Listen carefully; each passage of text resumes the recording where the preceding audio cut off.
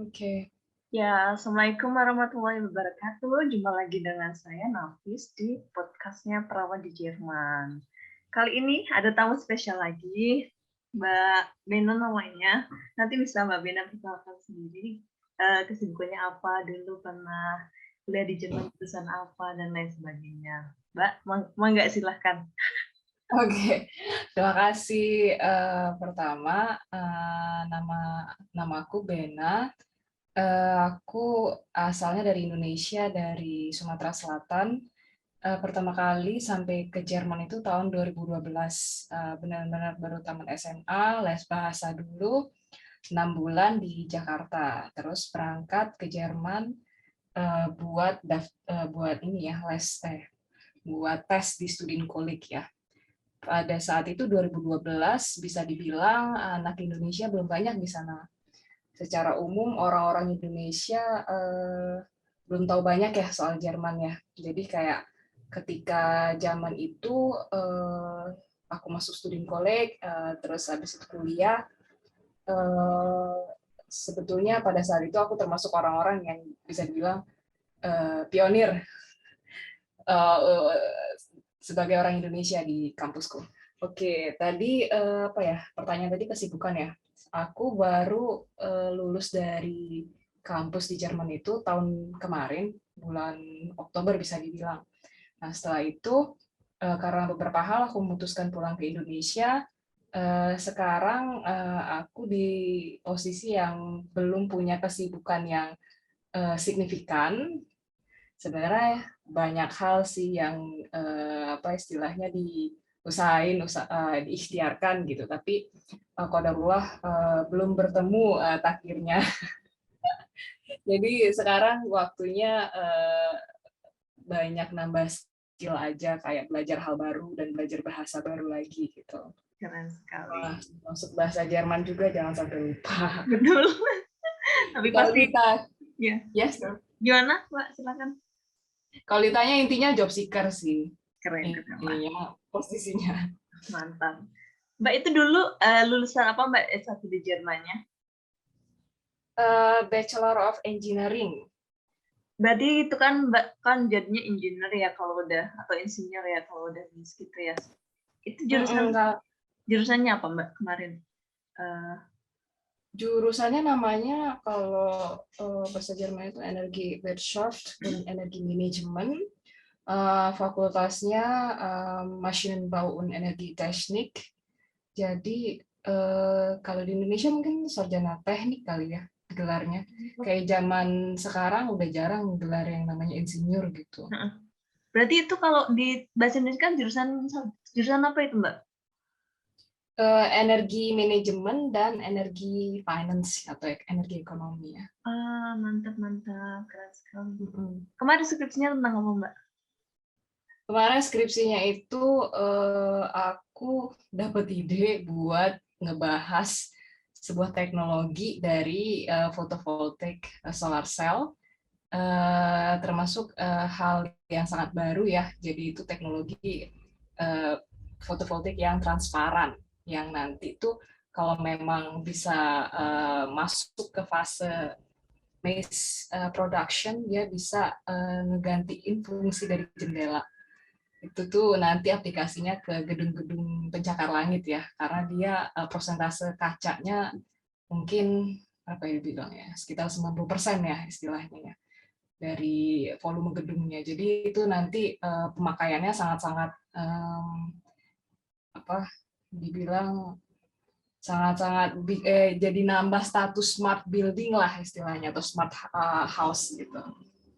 Keren. Makanya kan untuk upaya apa sih menghentikan climate change atau istilahnya atau setidaknya meredam gitu, ada gerakan ada apa sih istilahnya net zero plan dari kesepakatan negara-negara di dunia itu kan mengurangi emisi karbon ya. Jadi para insinyur dan saintis itu melakukan banyak percobaan gitu, penelitian supaya dari berbagai hal itu kita bisa nanti suatu saat mencapai produksi energi itu 0% karbon gitu, net zero. Artinya nggak ada emisi gas rumah kacanya gitu. Jadi bersih gitu. Ya, Jadi benar-benar melepas ketergantungan dari energi fosil. Itu salah satunya sih, kayak dari tenaga surya misalnya, ada lagi dari tenaga angin, ada biomass macam-macam gitu. Dan di tenaga surya pun banyak inovasinya gitu. Itu pada saat itu aku nge-cover itu sangat interesting sih buat aku, dan benar-benar apa sih? Oh, ada ya ternyata solar cell yang transparan yang benar-benar bisa gantiin jendela, bahkan mungkin bisa bagus fungsinya dari jendela biasa. Keren sekali. Itu sih. Keren sekali. Itu sudah ada di Jerman, Mbak, yang diterapkan kayak gitu atau belum? Posisinya itu kan masih dalam bentuk research and development ya. Jadi belum ada mass production-nya. Kalau di Jerman belum ada sih setahu aku. Aku waktu itu ngeriset itu ada kayak startup-nya di US, California. Ada itu, dan mereka udah istilahnya promosi kemana-mana, masang tender gitu buat instalasi teknologi mereka. Emang sudah ada, tapi mungkin beberapa negara masih skeptis karena efisiensi dari teknologinya sendiri. Jadi kayak kategorinya masih mahal gitu buat dipakai. Sebagai anak sosial nih Mbak, aku masih kurang begitu ngerti.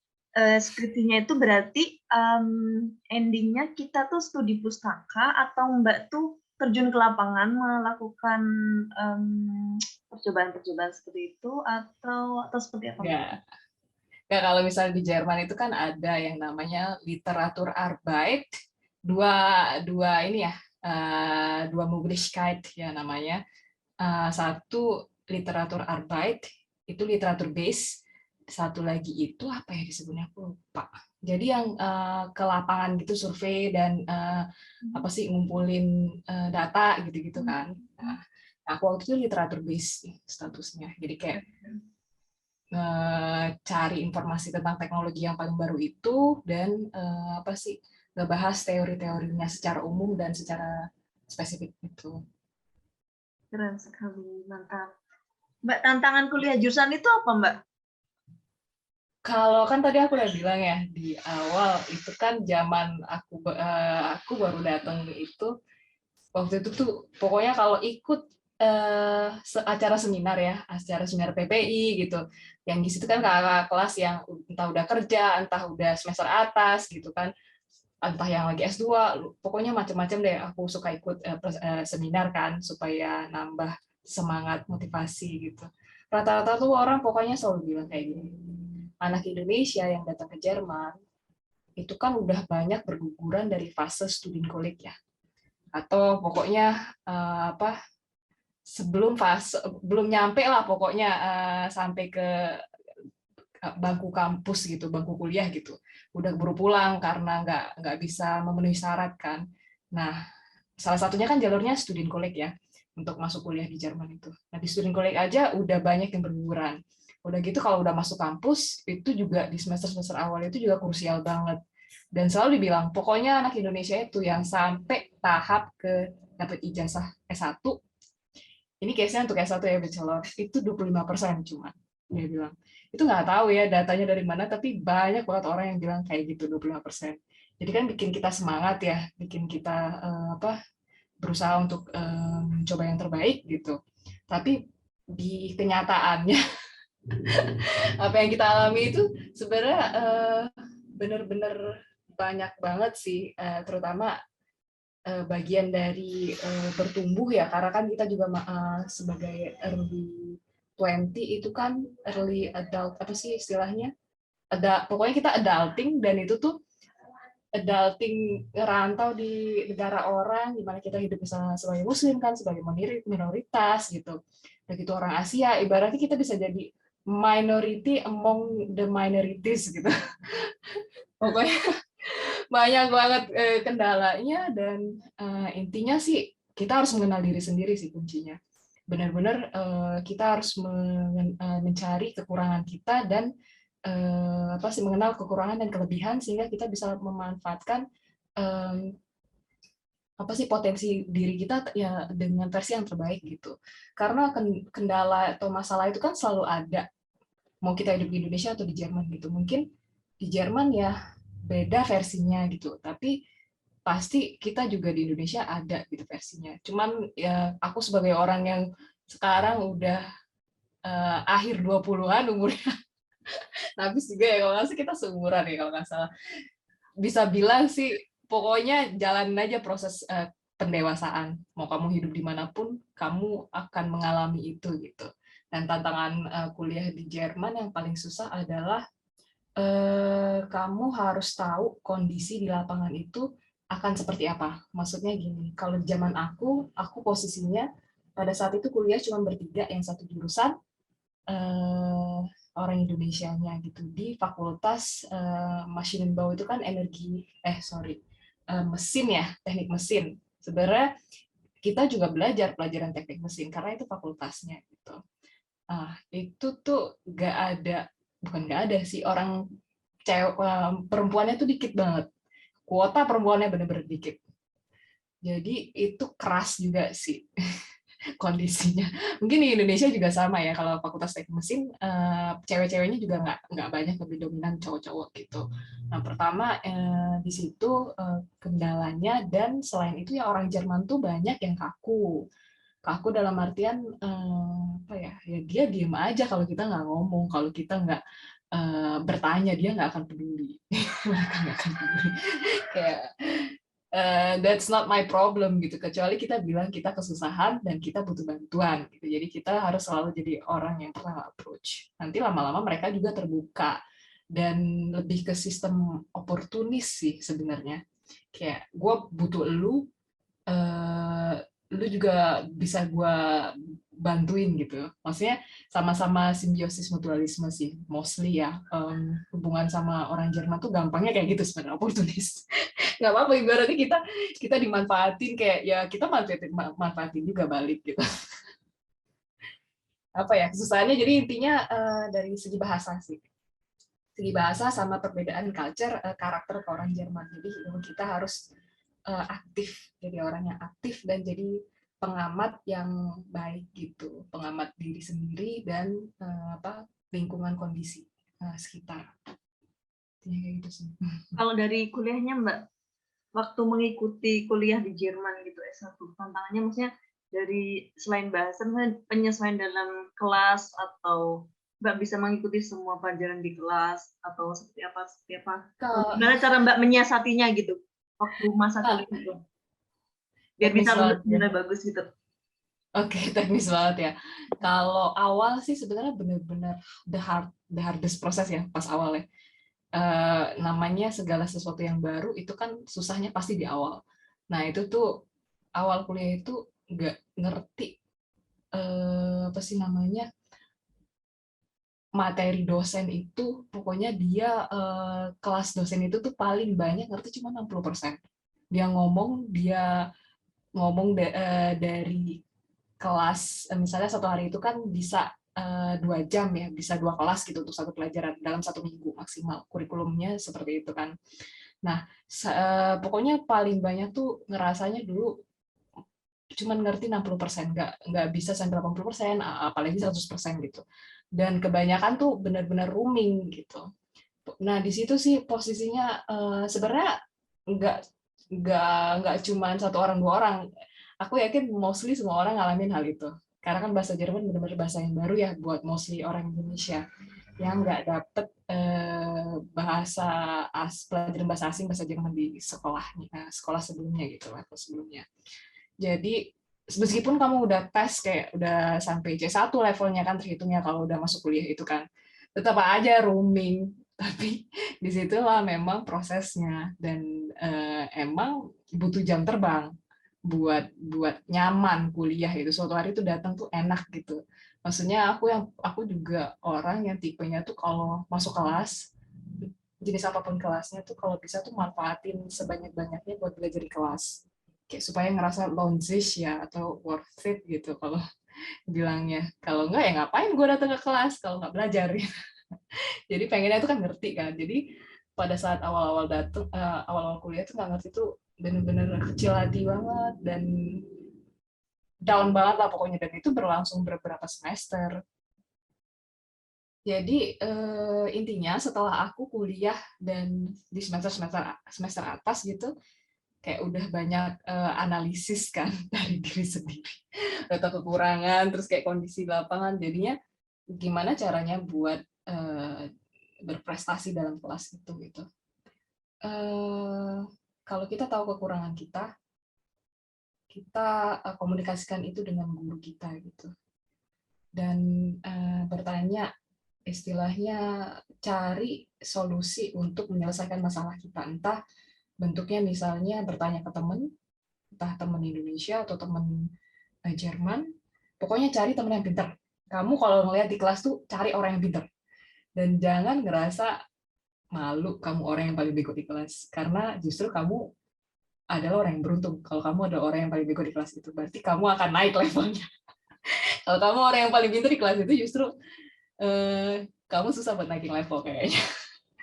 Nah, jadi entah nyaman nanya ke profesor langsung, entah nyaman nanya sama teman langsung, cari solusinya. Pokoknya masalah itu tuh sebenarnya kan akan selalu ada solusi gitu. Jadi cari solusinya, bertanya dengan profesor kalau misalnya nggak ngerti, atau teman-teman sekelas. Nah, tergantung juga profesor itu banyak karakternya, mereka juga manusia. Ada orang yang unapproachable ya, kelihatannya nggak bisa di-approach, susah diajak ngomong gitu. Ada orang yang baik banget dan bisa menempatkan diri, kayak baratnya tuh guru, bisa jadi guru lah gitu. Banyak orang pintar yang nggak bisa jadi guru, dan itu tuh kadang-kadang mengecewakan sih. Kayak buat apa pintar tapi ilmunya nggak bisa transfer gitu. Nah itu sih buat dapat nilai bagus ya tentunya belajar semaksimal mungkin. Kalau bisa apa ya, dapat materi itu sebelum sebelum masuk kelas udah tahu materinya apa, baca-baca dikit lah istilahnya, ada Vorahnung lah bahasa Jermannya ya, ada Überblick gitu, ada awang-awang istilah, bisa ngawang-awang ini bakal ngomong apa sih di kelas. Nah cari tahu itu dulu, kan materinya biasanya bisa udah dapat duluan atau udah dikasih apa sih, bocoran duluan bakal belajar apa di semester itu kan, ya kita tinggal Google lah istilahnya. Nah terus belajar di kelas, terus nanti ngulang sih. Ya emang kayak gitu sih, harus belajar banyak ya. Kalau kuliah di Jerman tuh banyak orang pinter tapi ujung-ujungnya juga pulang habis gitu, nggak bisa lulus karena emang butuh ketekunan kuliah di Jerman itu. Ini Mbak Nafis nih nganggur-nganggur dulu, mau ketawa aja. Enggak, aku Oh, jadi gitu. aku tuh paham banget gitu loh gimana. Maaf pemirsa, itu kan dialami semua orang. Ini tuh bukan cerita yang unik, ini dialami Betul, semua orang, betul, betul, proses belajar. betul sekali. Oke, Aku oke. paham banget lah. Terus Mbak sebagai Muslim, apalagi di teknik mesin itu kan cuma sedikit ilmunya. Apalagi Mbak berjilbab, ada tantangan nggak? Maksudnya mungkin juga pernah pengalaman rasisme atau lain sebagainya gitu waktu kuliah S1? Kalau di kampus ya, nggak ada sih sebenarnya yang eksplisit ya.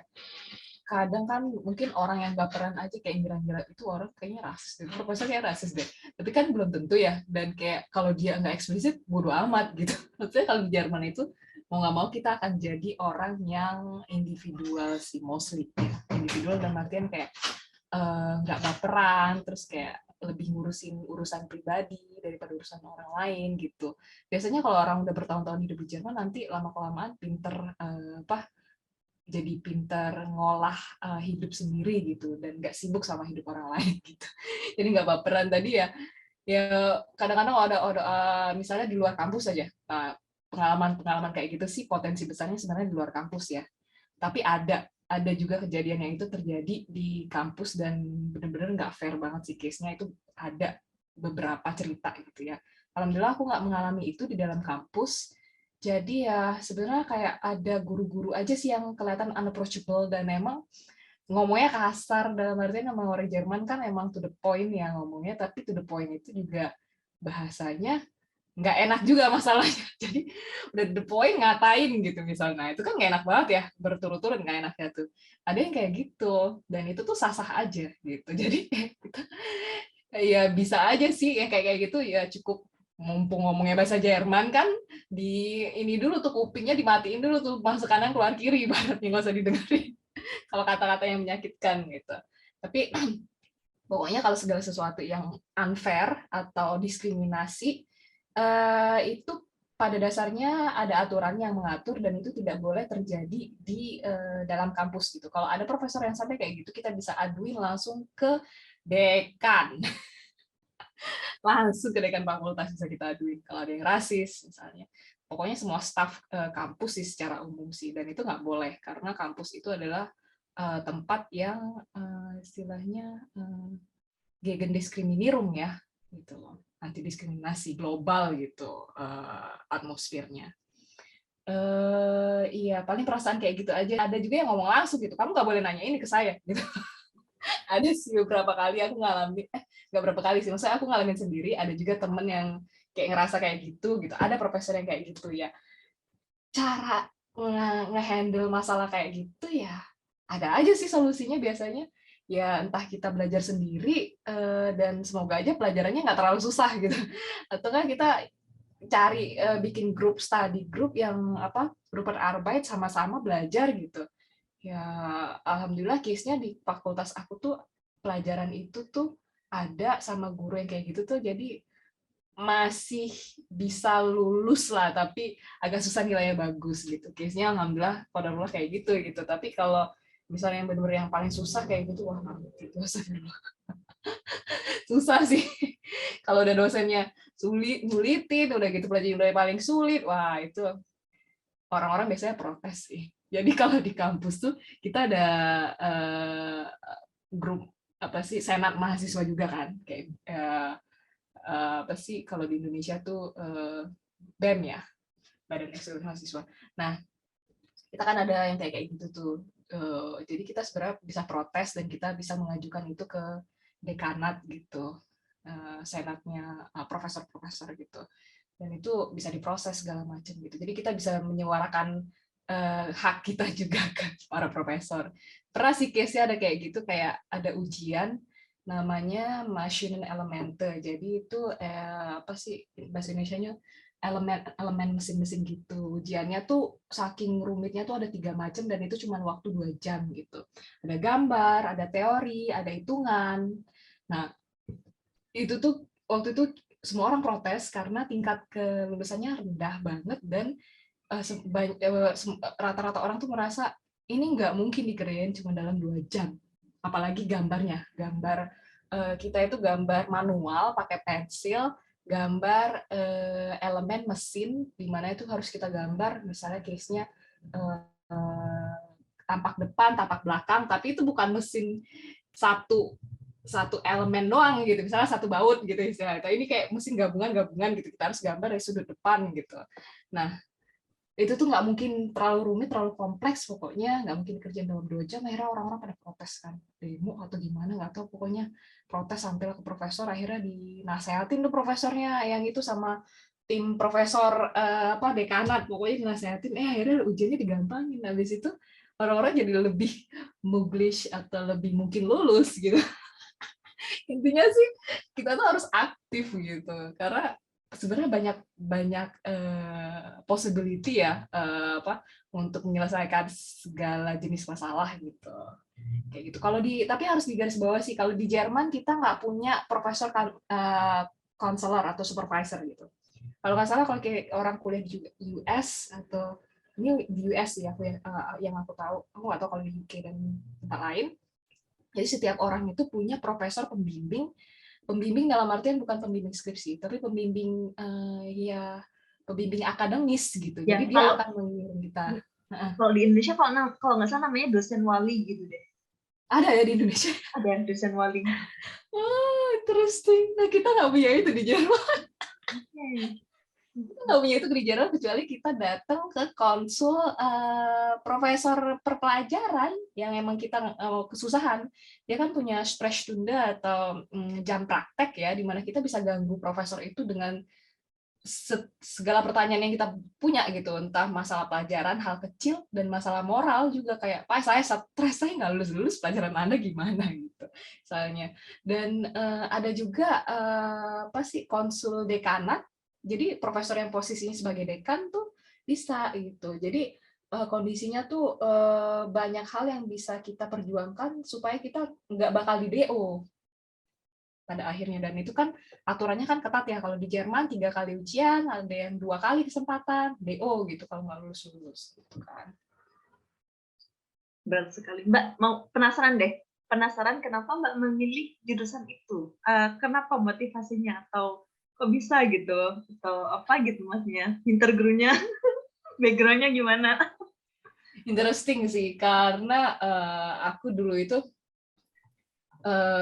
jadi awalnya tuh kuliah ke Jerman pengennya kuliah astronomi ya. Itu pokoknya nggak usah diceritain deh backgroundnya apa, pokoknya namanya anak masih galau SMP SMA gitu, ujungnya maunya kuliah astronomi gitu. Terus pas sampai ke Jerman taunya ternyata itu harus ngambil dari jurusan fisika murni, baru nanti ngambil apa pendalamannya ke astronomi gitu, nggak ada. Nah jadi karena apa, karena tahu di student college itu fisika pelajarannya aja udah susah, yang notabene-nya kan masih pelajaran SMA ya di student college, itu kesusahan, dan jadinya memutuskan aduh kayaknya nggak berani deh ngambil jurusan fisika murni. Akhirnya aku karena dapat informasi dari artikel-artikel tentang energi terbarukan banyak di kelas bahasa Jerman, jadi aku ngerasa kayak guru aku ngeracunin informasi tentang energi terbarukan di kelas bahasa Jerman, itu yang memicu aku buat ngambil jurusan energi manajemen, energi Wirtschaft. Tapi case-nya tuh sebenarnya kan aku 2012 ya datang Jerman, 2013 itu kuliah, 2021 aku baru lulus S1 ya. Nah itu kan lama banget ya. Case-nya itu sebenarnya aku pernah di DO. Aku pernah di DO dari jurusan yang pertama itu namanya energi sistem di fakultas yang sama. Ya, fakultas itu dulu pas aku masuk cuma ada 2 jurusan, kalau enggak Maschinenbau, teknik mesin, atau enggak jurusan energi sistem. Nah, pada saat itu aku ambil itu, dan tahun 2018 aku kena DO karena ada satu pelajaran yang susah banget buat aku, nggak lulus-lulus sampai case-nya di kampus aku tuh percobaannya sampai 4 kali. Nggak lulus, DO, tapi kodarullah tuh aku sebelum di DO aku udah Einschreiben, udah daftar jurusan lain. Jadi aku masih punya Bescheinigung statusnya. Kalau nggak ada Bescheinigung bakal di-kick, bakal dideportasi gitu, segera. Jadi kalau di Jerman itu kita nggak bisa tanpa surat kesibukan ya. Bescheinigung itu kayak kita tuh punya surat izin tinggal itu dapatnya karena kita punya sebuah kesibukan, alasan gitu untuk tinggal di situ. Ketika kita udah di DO, kita udah nggak punya surat apa sih kesibukan, istilahnya gimana ngejelasinnya tuh. Jadi kita nggak ada kesibukan di Jerman, nggak akan dapat izin tinggal gitu, meskipun cuman berlangsung sebulan 2 bulan, itu nggak boleh, benar-benar kita harus setiap hari tuh ada izin gitu. Istilahnya bukan izin tinggal ya, tapi bukti kesibukan kita tuh ngapain, entah kita kerja entah kita sekolah gitu, dan itu nggak boleh seminggu, aku nggak tahu ya kalau bisa seminggu atau ada keajaiban di mana, pokoknya nggak ada yang namanya 1 semester kita free gitu misalnya. Itu yang statusnya broken semester atau apa itu aku nggak tahu sih, tapi selalu ada kesibukan intinya. Nah, jadi sebelum aku kena DO, aku udah daftar jurusan yang lain. Jurusan aku energi manajemen itu jurusan yang paling baru di fakultas aku. Itu adanya dari tahun berapa ya, aku lupa.